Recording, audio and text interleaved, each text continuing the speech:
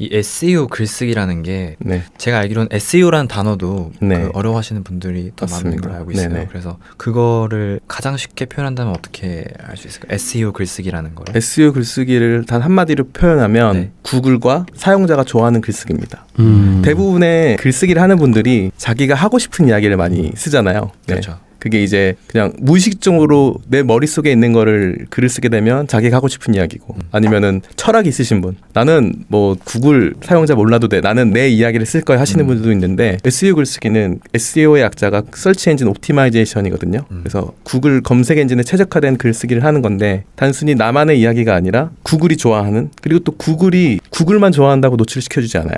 구글이 좋아하는 글쓰기는 뭐냐면 결국에는 사용자들이 좋아하는 글쓰기거든요. 그래서 저는 SEO 글쓰기의 핵심은 구글과 사용자가 좋아하는 글쓰기다, 네, 이렇게 정의를 할 수 있을 것 같습니다. 네. 그 사용자가 좋아한다는 기준이 어떤 기준일까요? 그 SEO가 결국에는 검색 기반이잖아요. 네. 검색이라는 거는 특정한 키워드를 들고 사람들이 검색을 하는 거예요. 그래서 이 검색을 했을 때는 사람들이 검색을 한 검색 의도라고 하는데, 서치 인텐트라고 하는데, 검색 의도를 가지고 검색을 하게 되거든요. 그럼 이제 검색 의도가 어떤 건지를 파악하는 게 저는 이제 SEO 글쓰기의 첫 번째라고 생각을 하거든요. 내가 어떤 검색어를 목표로 해서 어떤 컨텐츠를 만들지, 그러면 이 컨텐츠를 만들 때 이 검색어를 갖고 사람들이 어떤 검색 의도를 갖고 들어왔느냐 라는 게 되게 중요한 포인트인 것 같습니다. 맞아. 그 관련해서도 또 컨텐츠로 한번 만드신 게 있으시잖아요. 네네. 그래서 그것 한번 소개해 주셔도 저는 너무 좋을 것 같거든요. 저도 생각지 못했던 컨텐츠였던 것 같아요. 검색에도 엄청 발상의 전환이 있었던 것 같아요. 한국 사람들 대부분 약간 그냥 키워드에만 좀 집중을 하는 편이거든요. 네네. 근데 이거를 어떤 의도로 검색을 했는지 알면 진짜 좀 전에 말씀해 주셨던 것처럼 방향성이 정해져서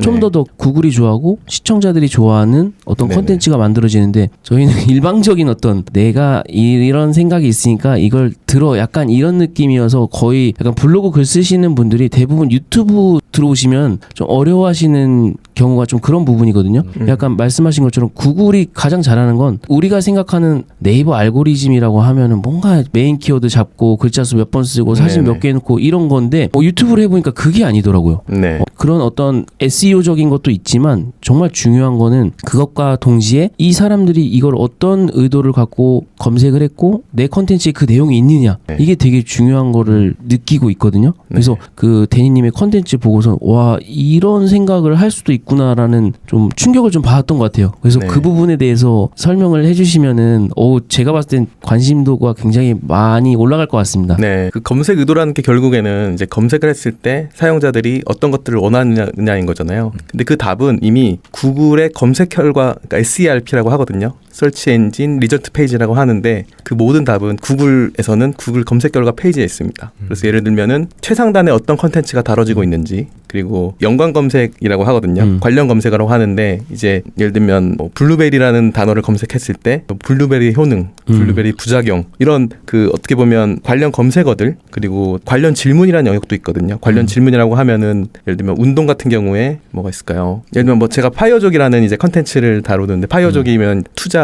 아니면 이제 지출 관리 이런 쪽인데, 뭐 파이어족이란 이런 것도 있지만 파이어족 금액이 얼마나 될까요? 이런 그 관련 질문이 그쵸. 구글 검색 페이지에 떠 있는 경우가 있어요.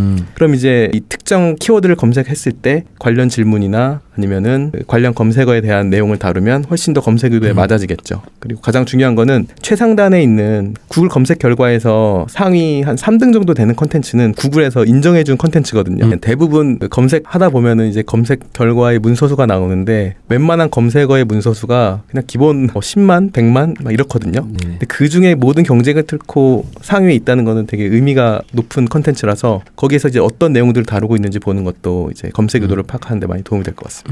약간 그거를 그러면 어떤 식으로 그 챗GPT를 활용해서 좀 검색 의도를 파악하는지에 대해서도 좀 이야기해 주시면 좋을 것 같거든요. 저 같은 경우에는 간단하게는 검색 결과에 있는 광고 제외하고 그 올가닉 트래픽에 해당하는 영역들만 이제 타이틀하고 디스크립션만 1위부터 뭐 5위 아니면 1위부터 3위 정도 복사한 다음에 챗GPT에 넣고 검색 의도를 분석해달라고 이제 프롬프트를 넣으면 어느 정도 검색 의도를 적당히 찾아줍니다. 그 검색 의도라는 게 이 타이틀하고 디스크립션만 보면 전문가가 아닌 이상에는 보라고 하는데 이게 검색 의도가 뭐지라는 답변을 하기에는 되게 어렵거든요. 근데 챗GPT가 넣어주면 이제 어떤 검색 의도로 이 검색을 하게 됐는지, 어떤 컨텐츠를 다루면 되는지 제안을 해주는데, 그게 아무것도 모르는 사람 입장에서는 이렇게 쓰면 되는구나라는 게 되는 것 같습니다. 좀 그것들을 이제 챗GPT 이미 만들어진 또 프롬프트를 활용해서 그것도 나중에 한번 이거를 그 스크린샷이나 링크를 주시면 저희가 그 이미지와 함께 좀 공유를 하면은 좋을 것 같아요. 네네. 네, 어려웠던 어떤 그런 키워드에 대한 검색 이도를 챗GPT를 활용해서